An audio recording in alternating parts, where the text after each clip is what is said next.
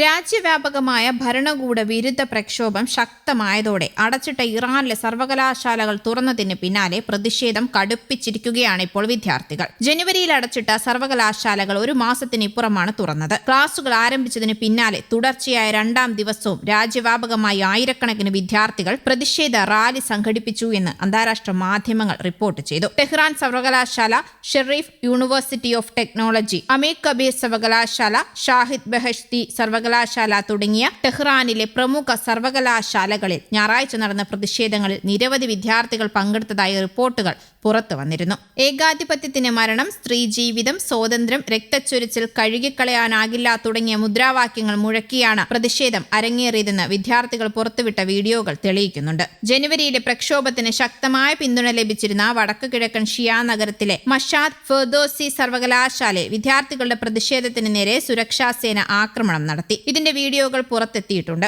നിരവധി സർവകലാശാലകളിൽ ഇറാൻ ഭരണകൂട വിരുദ്ധരായ വിദ്യാർത്ഥികളും അനുകൂലികളും തമ്മിൽ ഏറ്റുമുട്ടലുണ്ടായതായും റിപ്പോർട്ടുകൾ പുറത്തു വന്നിരുന്നു. ഇസ്ലാമിക് റവല്യൂഷണറി ഗാർഡിന്റെ അർദ്ധസൈനിക വിഭാഗക്കാരായ ബാസിച്ച് വിദ്യാർത്ഥികളാണ് സർവകലാശാലയ്ക്കുള്ളിൽ പ്രക്ഷോഭകർക്കെതിരെ നടപടിയെടുത്തതെന്നും റിപ്പോർട്ടിൽ പറയുന്നുണ്ട്. സർവകലാശാലയ്ക്ക് പുറത്ത് ആയുധധാരികളായ സുരക്ഷാ സേനയും നിലയുറപ്പിച്ചിട്ടുണ്ട്. ഖമേനിയുടെ ഭരണം തുലയട്ടെ എന്നും ഏകാധിപതിയുടെ മരണമെന്നും എഴുതിയ പ്ലക്കാർഡുകൾ ഉയർത്തിപ്പിടിച്ചാണ് കഴിഞ്ഞ ദിവസങ്ങളിൽ കൂറ്റൻ റാലികൾ ഇറാനിൽ നടന്നത്. എന്നാൽ പ്രതിഷേധങ്ങളെ ഇറാൻ ഭരണകൂടത്തിന്റെ പിന്തുണയുള്ള മാധ്യമങ്ങൾ തള്ളിക്കളഞ്ഞിട്ടുമുണ്ട്. വിദേശ പിന്തുണയോടെ നടന്ന കലാപത്തിൽ ഇരയാക്കപ്പെട്ടവരെ ഭരണകൂട അനുകൂലികളായ വിദ്യാർത്ഥികൾ ആദരിച്ചെന്ന് ചില മാധ്യമങ്ങൾ റിപ്പോർട്ട് ചെയ്തു. ഇക്കഴിഞ്ഞ ജനുവരി 8-9 തീയതികളിലായി ശക്തമായ ജനകീയ പ്രക്ഷോഭം അടിച്ചമർത്താൻ ഇറാൻ ഭരണകൂടം ഇന്റർനെറ്റ് സേവനങ്ങൾ ഉൾപ്പെടെ റദ്ദാക്കിയിരുന്നു. പുറം ലോകത്തു നിന്നും പൂർണ്ണമായും മറച്ചുപിടിച്ച പ്രക്ഷോഭത്തിൽ ആയിരക്കണക്കിന് ആളുകളാണ് കൊല്ലപ്പെട്ടത്. 3117 പേർ കൊല്ലപ്പെട്ടെന്നാണ് ഇറാൻ പുറത്തുവിട്ട ഔദ്യോഗിക കണക്കുകൾ. എന്നാൽ ഈ കണക്കുകൾ ഇനിയും കൂടുമെന്നാണ് അന്താരാഷ്ട്ര റിപ്പോർട്ടുകൾ വ്യക്തമാക്കുന്നത്. ആണവ ചർച്ചകൾ രണ്ടാം ഘട്ടത്തിലേക്ക് കടന്ന ശേഷവും അമേരിക്കൻ സമ്മർദ്ദത്തിന് വഴങ്ങാതെ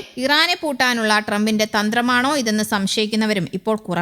പുറത്തുനിന്നും അകത്തുനിന്നും ഇറാനെ സമ്മർദ്ദത്തിലാക്കുകയാണ് ഇതിലൂടെ ലക്ഷ്യമിടുന്നതെന്നും ഖമനേയി ഭരണകൂടത്തെ അട്ടിമറിക്കുകയാണെന്ന ലക്ഷ്യത്തിന് മികച്ച മാർഗമായി ട്രംപ് കാണുന്നത് ആഭ്യന്തര കലഹത്തെ തന്നെയാണെന്നും രാജ്യാന്തര മാധ്യമങ്ങൾ റിപ്പോർട്ട് ചെയ്യുന്നുണ്ട്. വിലക്കയറ്റവും കറൻസിയുടെ തകർച്ചയും തൊഴിലില്ലായ്മയും എല്ലാമാണ് ഡിസംബർ അവസാന വാരത്തോടെ ഇറാനിലെ ജനങ്ങളെ തെരുവിലിറക്കിയത്. വ്യാപാരികളിൽ നിന്ന് തുടങ്ങിയ പ്രതിഷേധം അതിവേഗത്തിലാണ് രാജ്യവ്യാപക പ്രക്ഷോഭമായി മാറിയത്. 7000 പേരെങ്കിലും ഈ പ്രക്ഷോഭത്തിൽ കൊല്ലപ്പെട്ടിട്ടുണ്ടെന്നാണ് മനുഷ്യാവകാശ സംഘടനകളുടെ കണക്ക്. ആയിരക്കണക്കിന് പേർക്ക് പരിക്കേറ്റിട്ടുമുണ്ട്. തുടക്കത്തിൽ രാജ്യത്തിന്റെ സാമ്പത്തിക അവസ്ഥയിലെ തകരാറാണ് ജനങ്ങളെ തെരുവിലിറക്കിയതെന്ന് സമ്മതിച്ച ഇറാൻ ഭരണകൂടം പൊടുന്നനെ പ്രക്ഷോഭകാരികളെ രാജ്യവിരുദ്ധരെന്നും അമേരിക്കൻ ഇസ്രയേൽ ചാരന്മാരെന്നും മുദ്രകുത്തി വലിയ ആക്രമണവും അഴിച്ചുവിട്ടു. പ്രക്ഷോഭകാരികളെ കൊല്ലുന്നത് തുടർന്നാൽ US ഇടപെടുമെന്നാണ് അന്ന് ട്രംപ് പ്രഖ്യാപിച്ചിരുന്നത്. ദിവസങ്ങൾക്കുള്ളിൽ പ്രക്ഷോഭം ഇറാൻ അടിച്ചമർത്തി. ഇതിനായി ഇറാഖിൽ നിന്ന് സൈന്യത്തെ ഇറക്കിയെന്നും അന്ന് റിപ്പോർട്ടുകൾ പുറത്തു വന്നിരുന്നു.